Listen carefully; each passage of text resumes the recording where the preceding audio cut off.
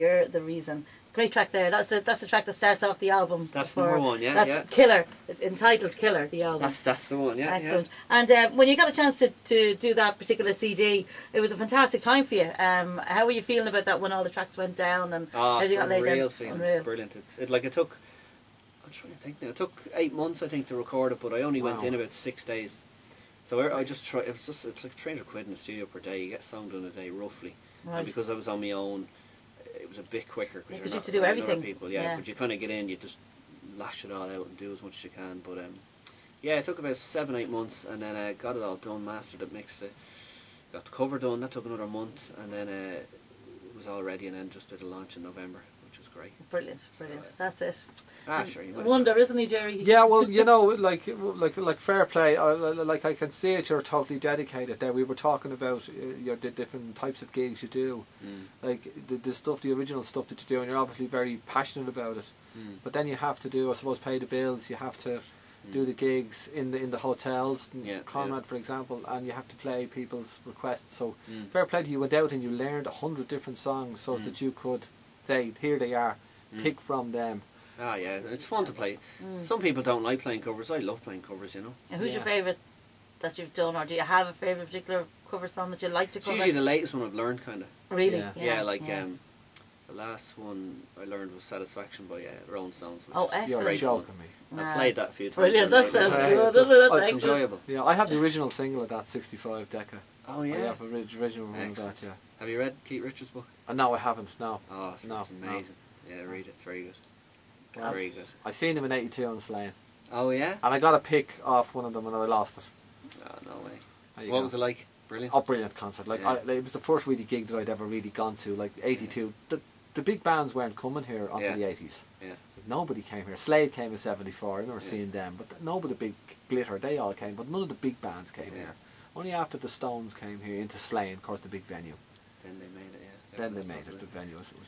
That must have felt great being maybe able to someday, Killer, you'll get to Slane. You what? You'll get to Slane maybe one of these days. Get on the bill somewhere. I don't know. There's always a place for a great musician, you know, songwriters. You never know. You never know. I thought you were going to crop up there in Oxygen this year. Listen.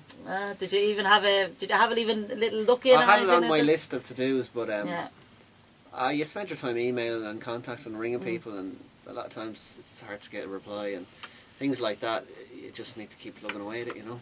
But you need like I've no manager, I've no record label, none of that. It's all I do it on my own. So you need someone to be pulling strings. To be able to pull strings for you, yeah. But you'll meet, you will. You like I self-publish yourself. I'm exactly the same thing. Not to get talking about me again, but you know the story. You have to keep knocking. Yeah, you do. You have to keep plugging away. You give a book for. I always take the tack. Like you give a CD to somebody like that, like Monday, and you never know. Yeah, you never know. Like if I give a book to somebody and somebody reads it in the States, and you never know what happens, because nobody, I can guarantee, no one's going to walk up your door and knock on your door and say, "Here I am." It's not going to happen. No. And little stations like this, this is a worldwide podcast.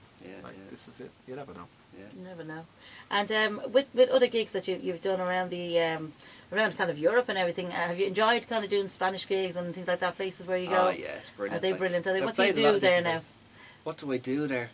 I try not to drink too much. Try to be coherent. No, generally, like I've travelled a lot, and the guitar always comes with me.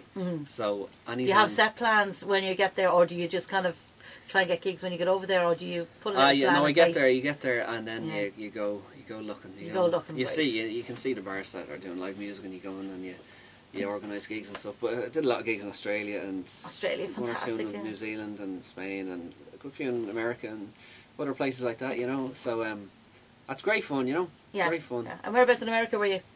Years ago. Americans love the Irish guys and play guitar. Absolutely. You must have gone down a storm there, so you had to go back over there. Where was I actually? No, I don't think he's going there anymore now, to be honest with you. No, not with the baby coming, no. Lots of different places. I'm trying to remember, where did I play in America? Ocean City, Maryland. I played a good few gigs over there for a summer. So that was nice. I did a lot of busking there as well, which is fun. Oh, brilliant. Busking. Excellent. Busking's handy, you know. Oh, absolutely. Get your few quid in the hat. For that. Do you usually have your little cap as well? Yeah, you throw a cap out and throw whatever. Open the case or whatever. Why not, you know? It's not like you're not belittling anybody. If they listen to your music, they like it, throw it there. If they don't, it doesn't matter. Excellent. Have to put it there, That is what it's all about. So we're going to have more music from you because that's what you're here for All today. right. So are you ready to give us a little blast? Oh, yeah. I'd love to say I could play the tambourine or I could do the harmonica for you just to help you, but You bring your bear on, no? I have it on